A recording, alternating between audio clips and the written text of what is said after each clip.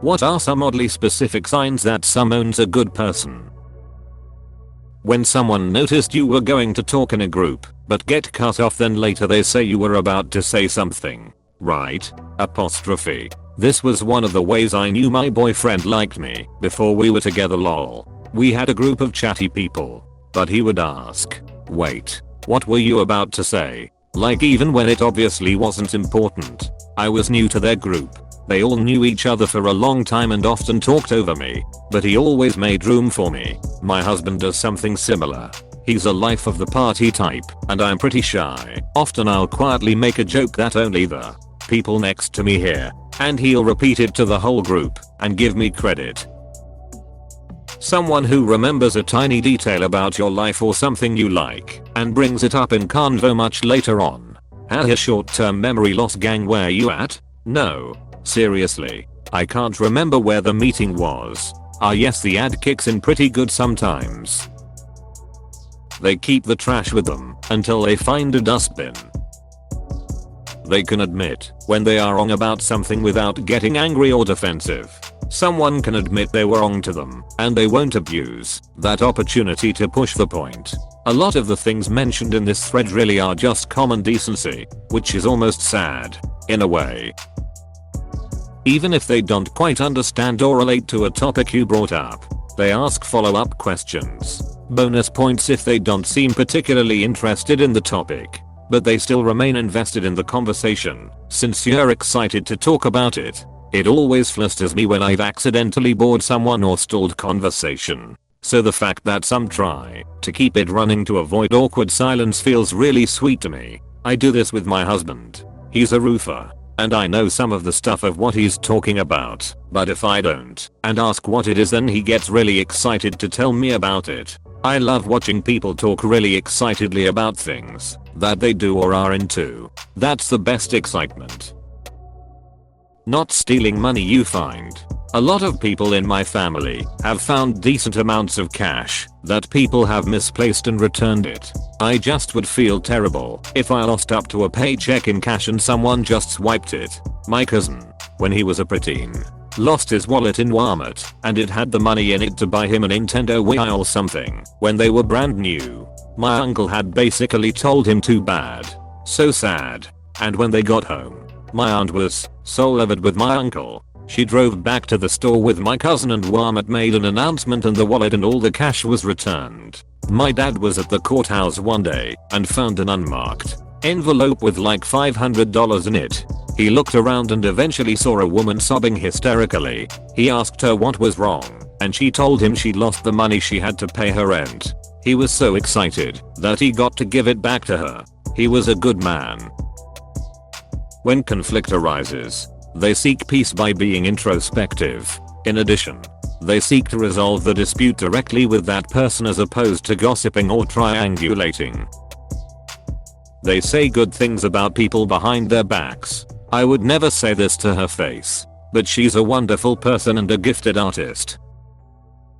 Quietly helping you with stuff without prompting/asking for help. They pick up nails, screws or sharp objects they come across from the parking lot or road, so people don't get flat tires. I know my boss is a good person because he's never said anything mean about a rude client or competitive business. It's always, "Those guys do awesome work. That guy is just the best man." They read through these comments looking for ways to improve themselves.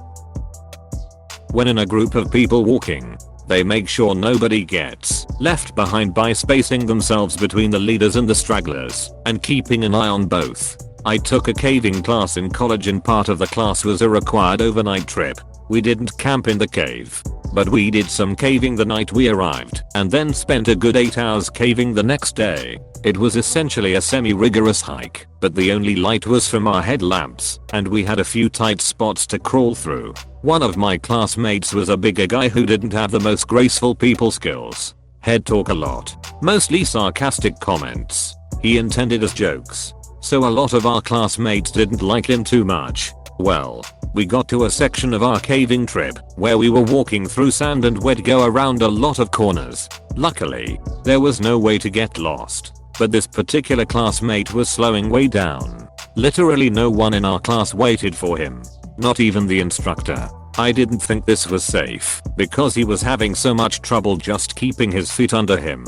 I tried to stay equally distant from the main group and my classmate, but we fell so far behind that I couldn't see the lights from their headlamps anymore. It got to a point where I would stop and listen just to make sure I was still in shouting distance in case something happened. I was slightly panicked just because my imagination was running away with me. But I certainly wasn't impressed by any of our other classmates after that. Sorry for the long reply. Wasn't expecting it to be so wordy. As someone who has led caving activities, I'm appalled at that instructor. Even if it means slowing down, you always keep everyone in sight. Or at least so everyone can touch the person in front and behind. If it's a twisty passage, as well as regular head counts. I'm glad you got out of it okay.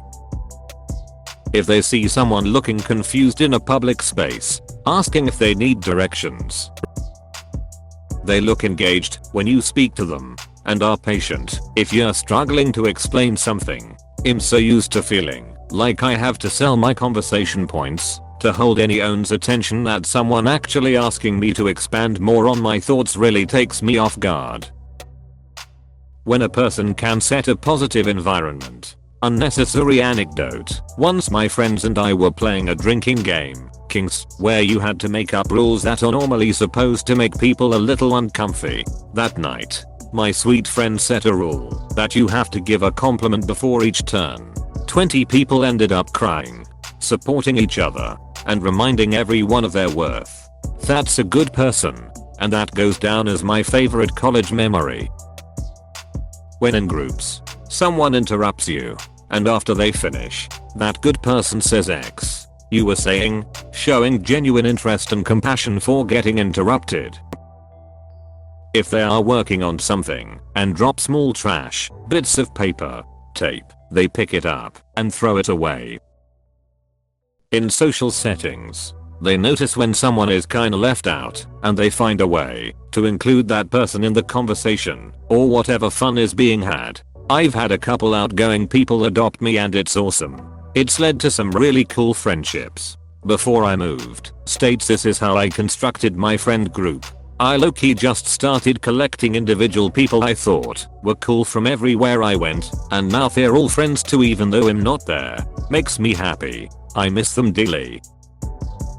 If they decide they don't want to buy something, they put it back where they found it instead of just leaving on a shelf somewhere else. It's even worse when you see frozen products on ransom shelves left by people.